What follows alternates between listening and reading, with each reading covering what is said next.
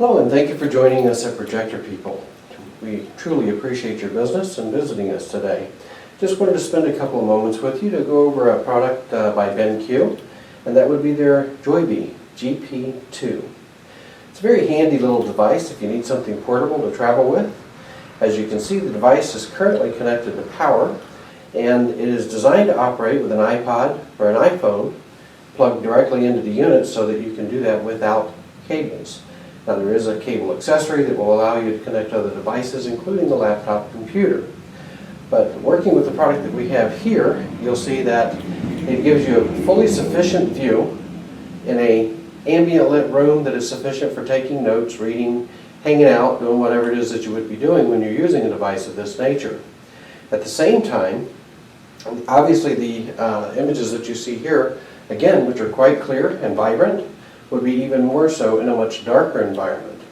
One of the most interesting things about this product, as with many of the Pico products as they're called today, this unit weighs in its current state without a battery, it weighs just a little over a pound.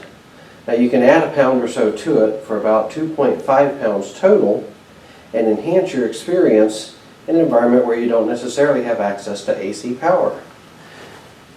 The battery installs quite simply. As you can see here, just plug it into the slot, set it down, and slide it in, and the battery is now connected. And we can remove the power cord, and as you can see, it's still running. Now, the battery will last about 1 hour in full brightness mode, which is 200 lumen, or if you wish, you can tone it down to about half brightness at 100 lumen, still getting a decent image, but it will extend your life up to 3 hours. So that if you're out camping or someplace where there's just not a lot of ambient light, that 100 lumen is sufficient for you to watch a movie up to 3 hours long. Again, we'll go ahead and show you the iPhone in action. And it is currently running strictly on batteries. Alrighty then.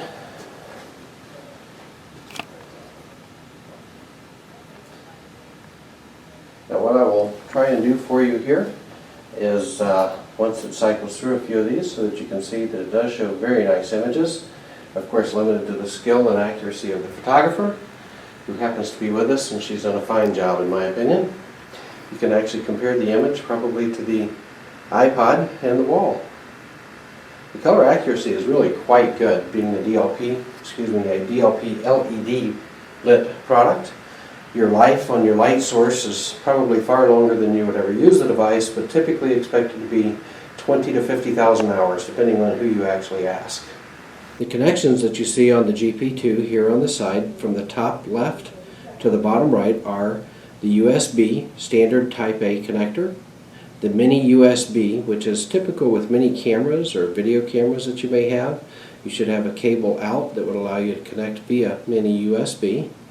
And then there's a multi-purpose PCAV input with a cable that I'll describe in a moment. To the right of that is the mini HDMI, also available with a lot of video cameras today, but certainly a cable that's available here at Projector People. Number 5 is your audio in. Number 6 would be your audio out if you wanted to listen to the volume on headset. And of course number 7 is the power input when you're not operating on battery. And you, you also use this input with the battery connected to the device in order to charge the battery. It does take about 3.5 hours to charge the battery if it's completely dead. And again, depending on the brightness of the projector at the time of use, your battery will typically run you between 1 and 3 hours. The cable that comes with the unit includes this multi-purpose connector, which connects into this portion of the into this slot on the projector. From that, you may connect from DVD players, VCRs, if anybody still has a VCR. Some cameras will have an adapter out of this type that you can connect your video and then your left and right audio.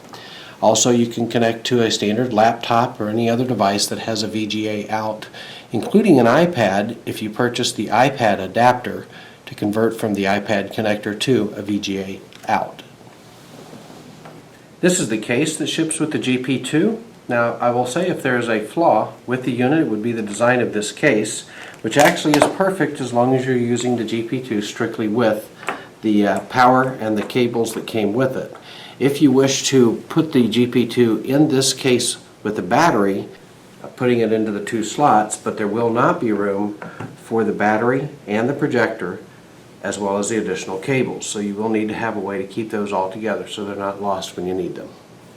Other than that, this is a great little unit for portable use, indoors, outdoors, keeping your ambient lighting under control, with or without power. Show your videos on the go.